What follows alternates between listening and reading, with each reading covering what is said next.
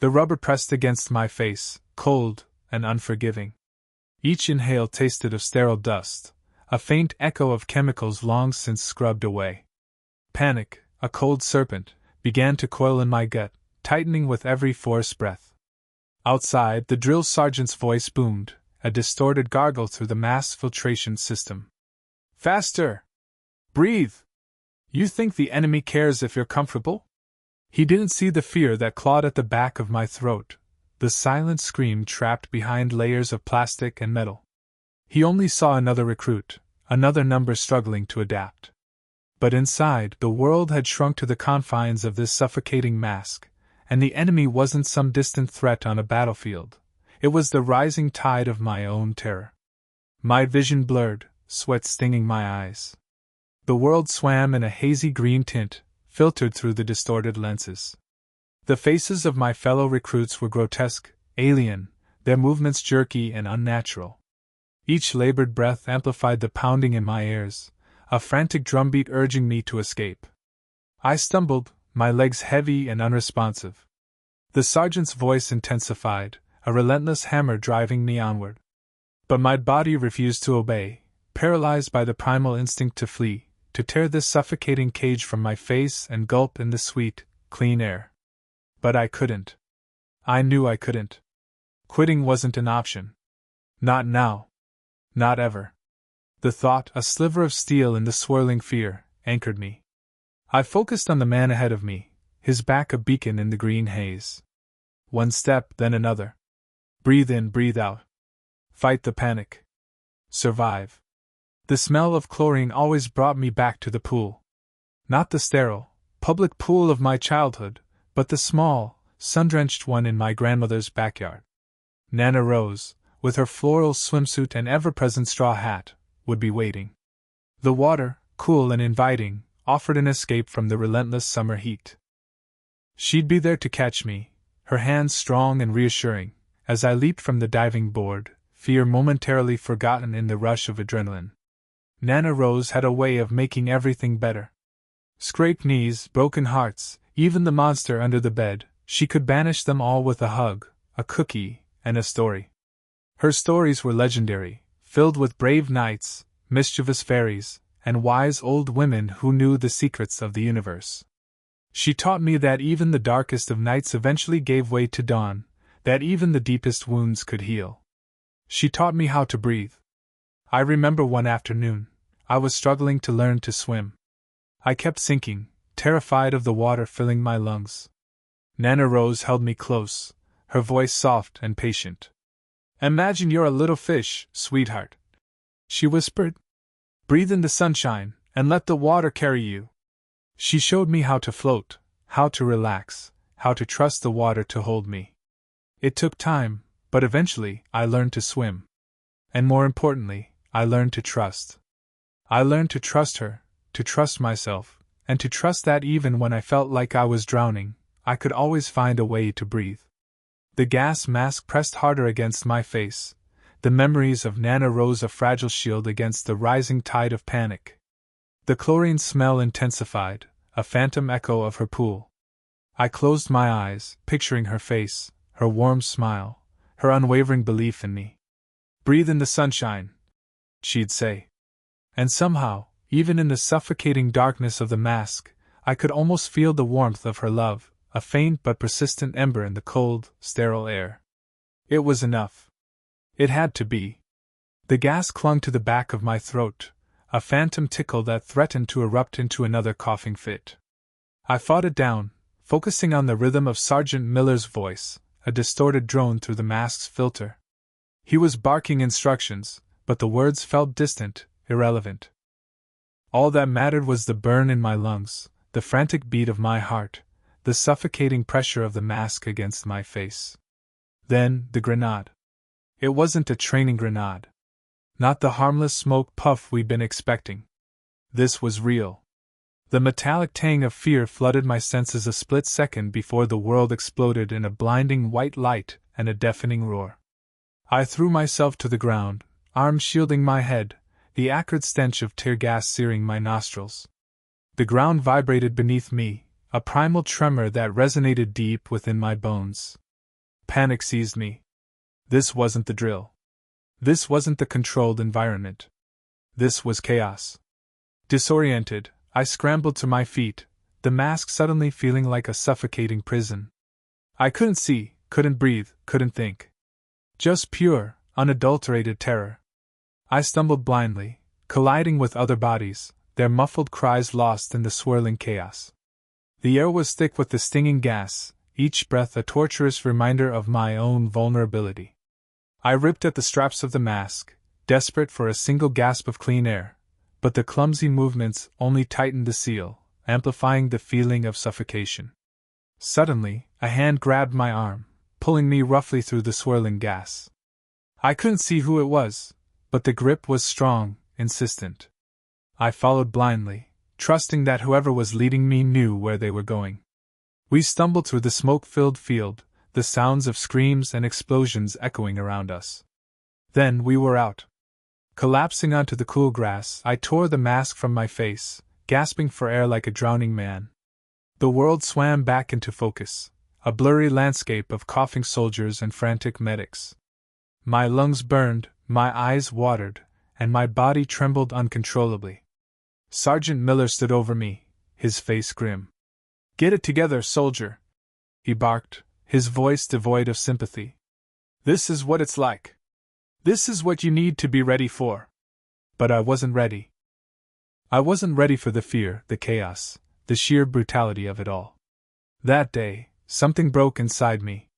The naive idealism I had carried into the military shattered into a million pieces, replaced by a cold, hard understanding of the reality of war.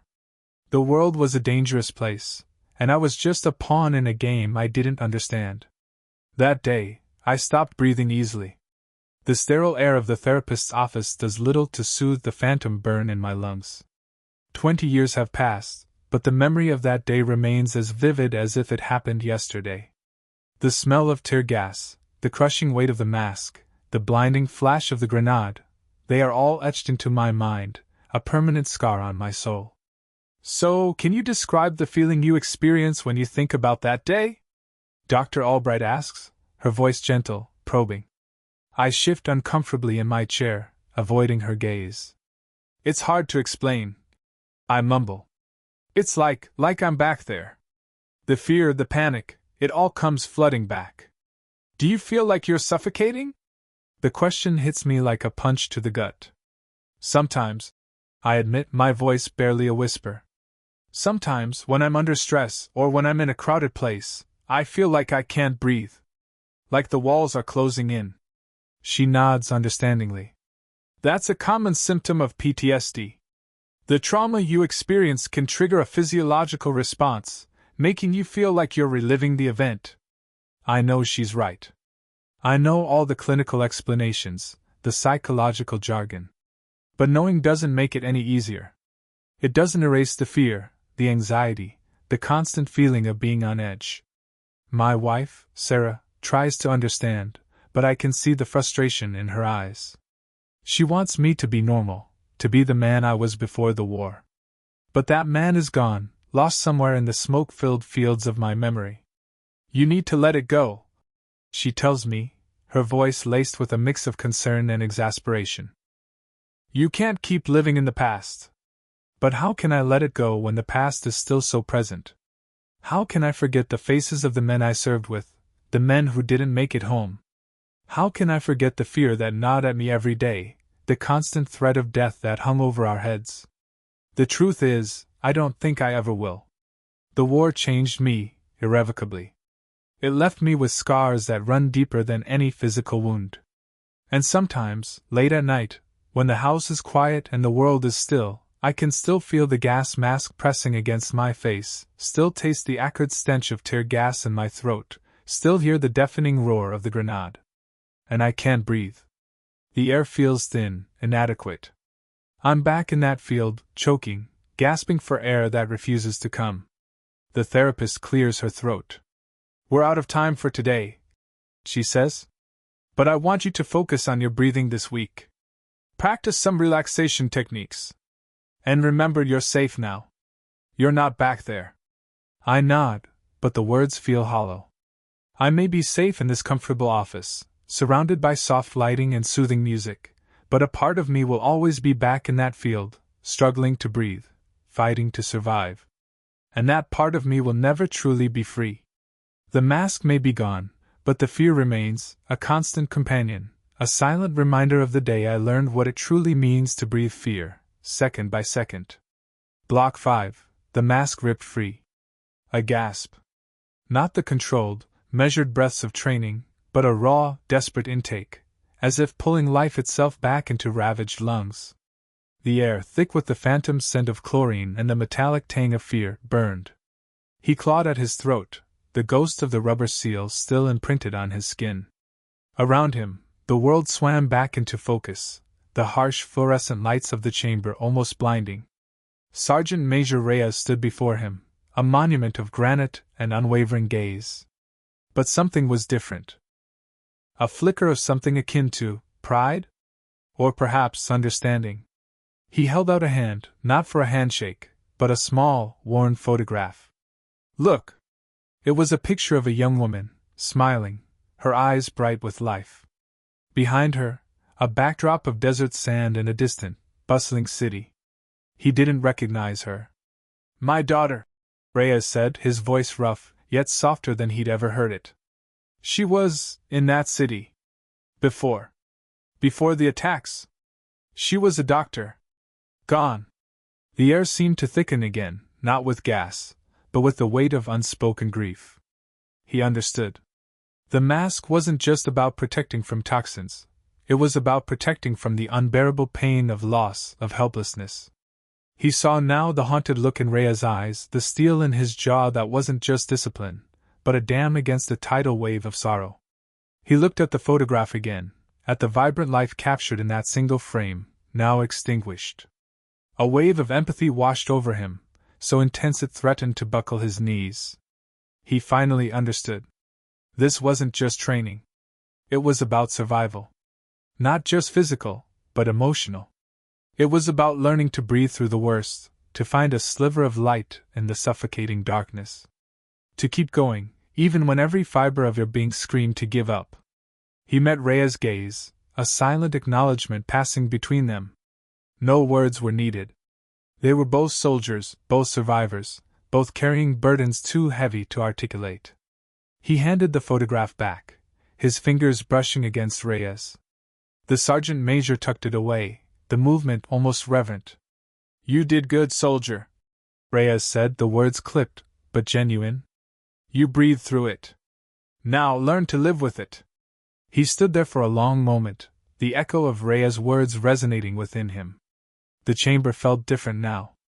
It wasn't just a place of fear and torment, but a crucible, a forge where something new had been tempered. He still felt the sting in his lungs, the tremor in his hands, but beneath it, a newfound strength, a quiet resolve. He straightened his shoulders, took a deep, steadying breath, and walked out of the chamber. The outside air, once so ordinary, now felt like a gift, a precious commodity. He looked up at the sky, a vast expanse of blue untouched by the horrors he had just endured. He knew the road ahead would be long and arduous. He knew he would face more fear, more pain, more loss. But he also knew that he had learned something vital in that suffocating chamber, something that would stay with him always. The ability to breathe, second by second, through anything. The ability to find life, even in the face of death. The ability to keep going. And that, he realized, was the true meaning of being a soldier. It was the true meaning of being human. He walked towards the light, a new purpose etched into his soul.